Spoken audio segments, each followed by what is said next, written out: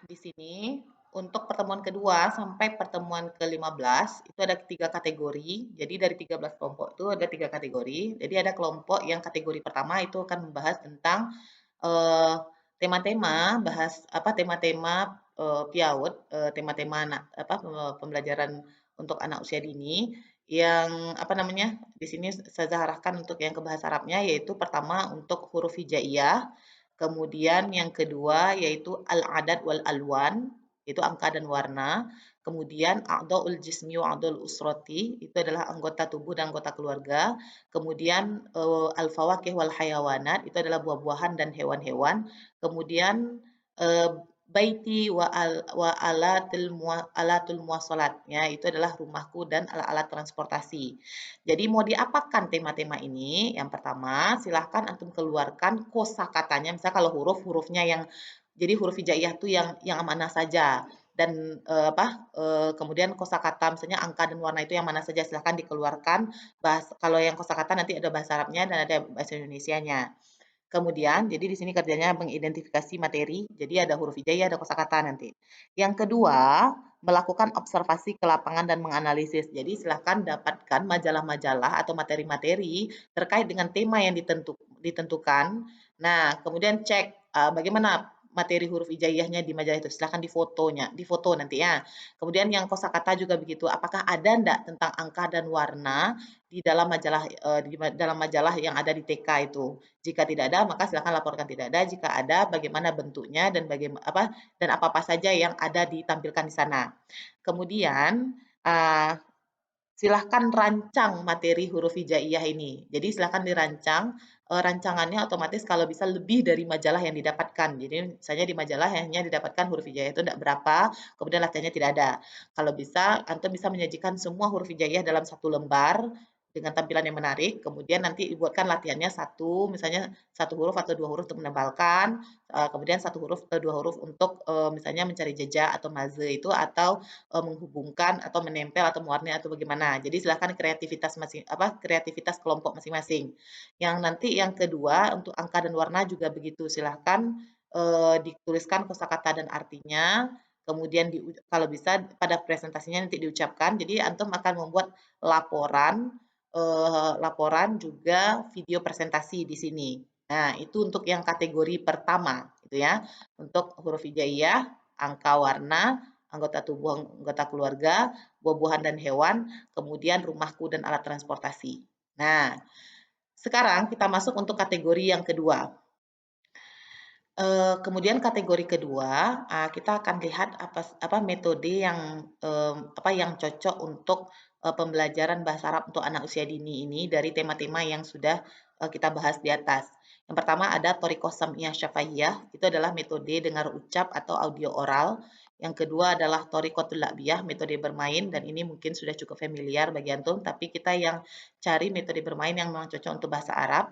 Kemudian yang ketiga yaitu thoriqatul ghina. Berarti ini adalah metode bernyanyi dan otomatis nyanyiannya pun adalah nyanyian yang nuansanya ada bahasa Arab yang sesuai dengan tema yang kita pelajari gitu.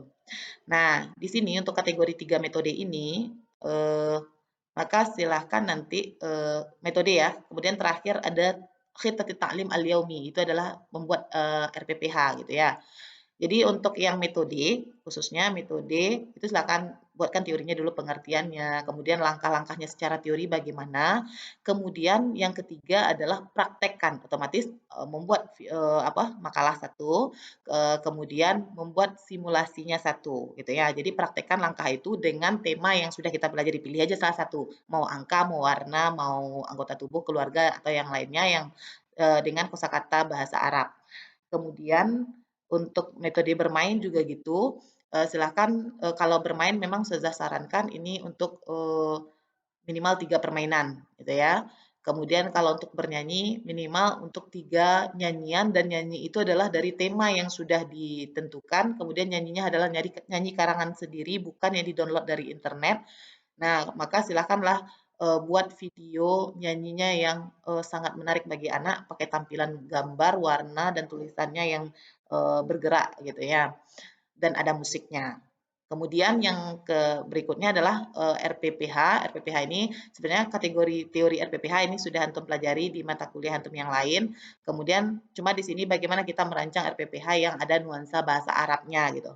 Nah, ini kita sepakati supaya pada praktek yang berikutnya pada kategori ketiga kita sama dalam pembuatan RPPH. Mungkin itu yang untuk kategori 2. Untuk kategori 3, nah ini, itu pertemuan 12, 13, 14, 15, ini praktek lagi. Otomatis tema-tema yang sudah dirancang oleh kelompok sebelumnya, kemudian metode-metode yang sudah disajikan oleh kelompok sebelumnya, itu direalisasikan di sini dengan cara kelompok ini akan membuatkan video praktek mengajar, jadi otomatis siapkan dulu RPPH-nya.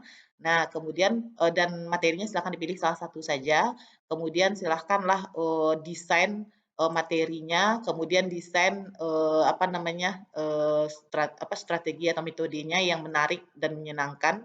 Kemudian buatkan video simulasinya, dan video simulasi ini Ustazah memang berharap apa memang video simulasi mengajar yang sudah diedit gitu ya, maksudnya tapi memang hasil sendiri gitu. Jadi yang memang menarik gitu. Jadi tidak hanya rekaman biasa saja, tetapi memang rekaman yang sudah ada editing gambar, warna, apa pakai warna, pakai tulisan, animasi, transisi yang menarik gitu.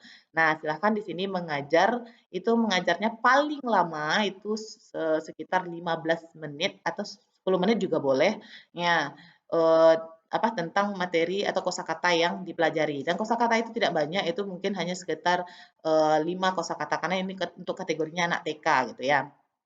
Namun kita akan tetap pelajari kosakata tuh misalnya agak 10 supaya itu untuk penambah pengetahuan bagi antum, tapi untuk mengajar itu cukup 5 kosakata saja.